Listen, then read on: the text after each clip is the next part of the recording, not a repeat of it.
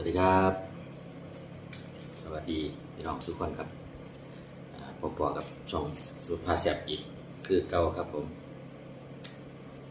วันนี้พามากินน้ำตกหมูนะครับน้ำตกหมูแกบห้องก็เป็นแบบแตงกวามีถั่วมี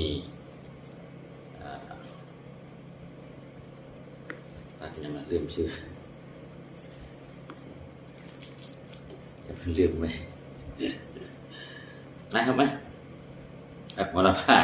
ว่าสมองนอนอยู่นะครับแซ่บๆเลยน้ำตกหมู